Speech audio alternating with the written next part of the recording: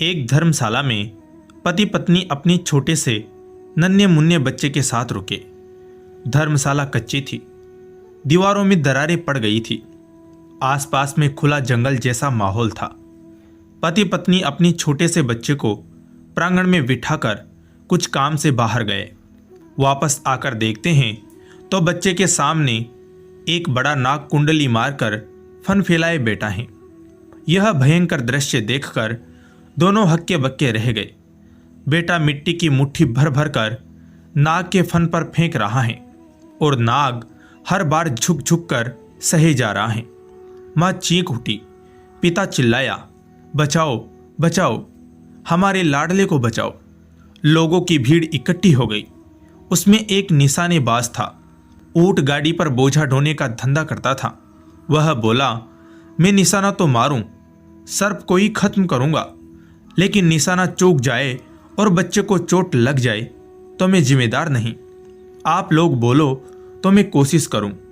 पुत्र के आगे विस्तर बैठा है, ऐसे प्रसंग पर कौन सी माँ पिता इनकार करेंगे। वह सहमत हो गए और माँ बोली, भाई सांप को मारने की कोशिश करो, अगर गलती से बच्चे को चोट लग जाएगी तो हम कुछ नहीं कहेंगे। ऊंट वाले ने निशाना मारा, सांप जख्मी होकर गिर पड़ा, मूर्छित हो गया। लोगों ने सोचा कि सांप मर गया है। उन्होंने उसको उठाकर बाड़ में फेंक दिया। रात हो गई। वह ऊंट वाला उसी धर्मशाला में अपनी ऊंट गाड़ी पर सो गया। रात में ठंडी हवा चली। मूर्छित सांप सचेतन हो गया और आकर ऊंट वाले के पैर में डसकर चला गया। सुबह लोग देखते हैं तो ऊंट वाला मरा हुआ था। देव योग से सर्प विद्या जानने वाला एक आदमी वहां ठहरा हुआ था। वह बोला, सांप को यहाँ बुलवाकर जहर को वापस खिंचवाने की विद्या मैं जानता हूँ। यहाँ कोई 8-10 साल का निर्दोष बच्चा हो तो उसके चित्त में सांप के सूक्ष्म शरीर को बुला दूं और वार्तालाप करा दूं। गांव में से 8-10 साल का बच्चा लाया गया। उसने उस बच्चे में सांप के जीवों को बुलाया। उससे पूछा गया, इस ऊंट वाले को तूने काटा है? बच्चे में मौजूद जीव ने कहा, हाँ। फिर पूछा कि इस बेचारे ऊंट वाले को क्यों काटा? बच्चे के द्वारा वह सांप बोलने लगा, मैं निर्दोष था, मैंने इसका कुछ बिगाड़ा नहीं था। इसने मुझे निशाना बनाया तो मैं क्यों इससे बदला न लूं? वह बच्चा तुम पर मिट्टी डाल रहा था, उसको तो तुमने कुछ नहीं किया।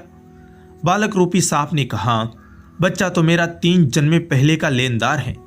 3 जन्म पहले मैं भी मनुष्य था, वह भी मनुष्य था। मैंने उससे 300 रुपये लिए थे, लेकिन वापस नहीं दे पाया। अभी तो देने की क्षमता भी नहीं है।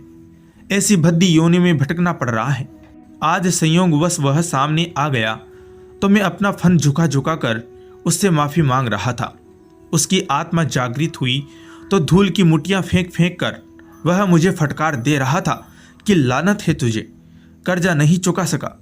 उसकी वह फटकार सहते सहते मैं अपना ऋण अदा कर रहा था।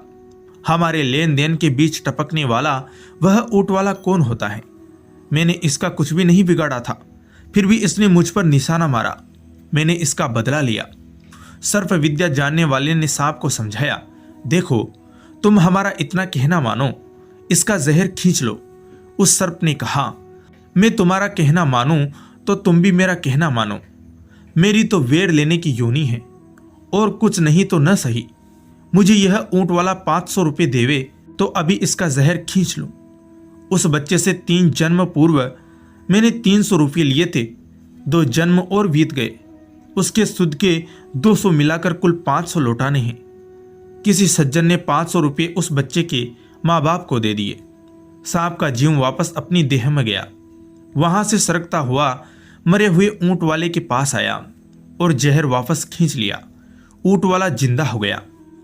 इतना व्यर्थ खर्च नहीं करना चाहिए कि सिर पर कर्जा चढ़ाकर मरना पड़े और उसे चुकाने के लिए फन झुकाना पड़े, मिट्टी से फटकार सहनी पड़े। जब तक आत्मज्ञान नहीं होता तब तक कर्मों का ऋणानुबंध चुकाना ही पड़ता है। अतः निष्काम कर्म करके ईश्वर को संतुष्ट करे।